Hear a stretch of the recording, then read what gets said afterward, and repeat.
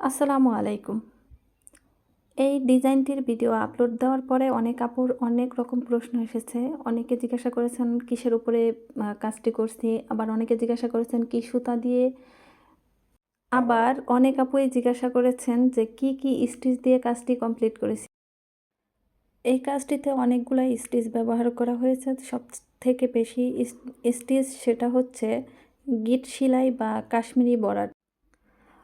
আমি সাধারণত বড় ফুল বা বড় পাতাগুলার ক্ষেত্রে কাশ্মীরি স্টিচ বা গিট সেলাই দিয়েই কমপ্লিট করি।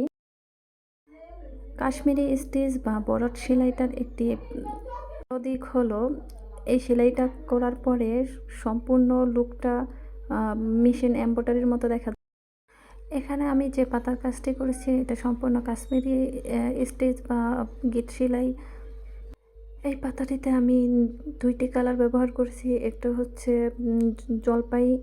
জলপাইয়ের হালকা যে শেডটা আছে ওইটা, আর একটা হচ্ছে গাঢ় কালার।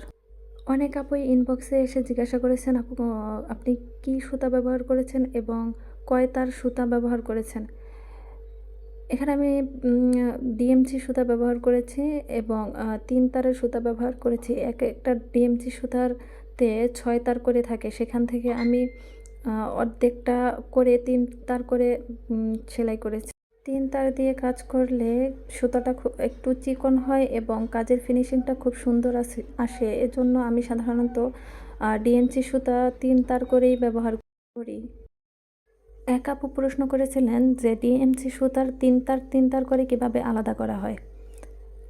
ডিএমসি সুতা কাটার পরে ডিএমসি সুতার মাথার দিকে হালকা চাপ দিলে বা হালকা একটু ঘষা দিলেই সুতাগুলো একটু আলগা হয়ে যায়। তখন ২ পাশ থেকে ৩ তার করে ৬ তার সুতা, যেহেতু ২ পাশ থেকে ৩ তার করে টান দিলেই সুতাটা আলাদা হয়ে যায়।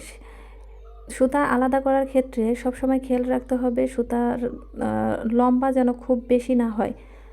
সুতা যদি অনেক বেশি লম্বা হয় তাহলে সুতা আলাদা করার ক্ষেত্রে গিঁট পড়ে যেতে পারে, সেদিকে খেয়াল রাখতে হবে।